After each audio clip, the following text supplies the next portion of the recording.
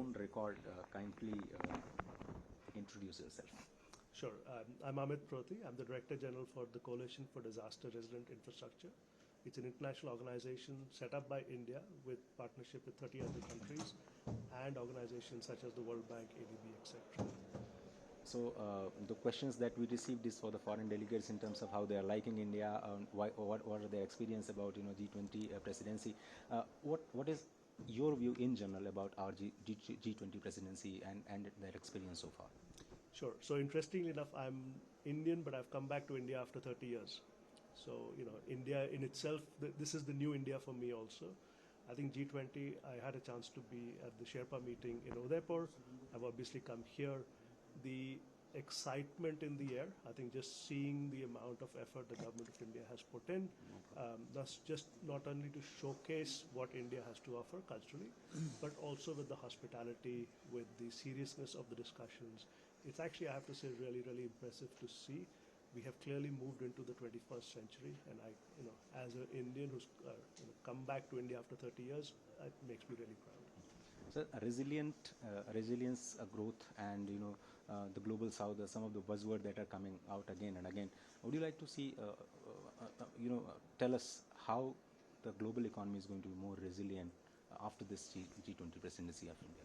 Sure. So, you have to realize that resiliency is about looking into the future and recognizing that there are certain shocks that we are continuously experiencing. So if you go to the past, you kind of see shock after shock after shock.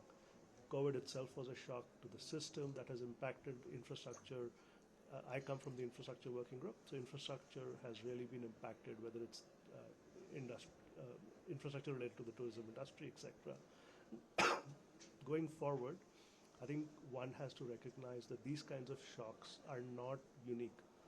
Time and again, our systems experience shocks. So from a resilience point of view, what we need to think about is how do we understand those shocks as we are building our cities of tomorrow. So the working group one, the infrastructure working group's priority on cities of tomorrow really becomes very important, because we need to understand aage kya risks hai, how do we bring those risks into our decision making, and how do I make our infrastructure resilient for the future.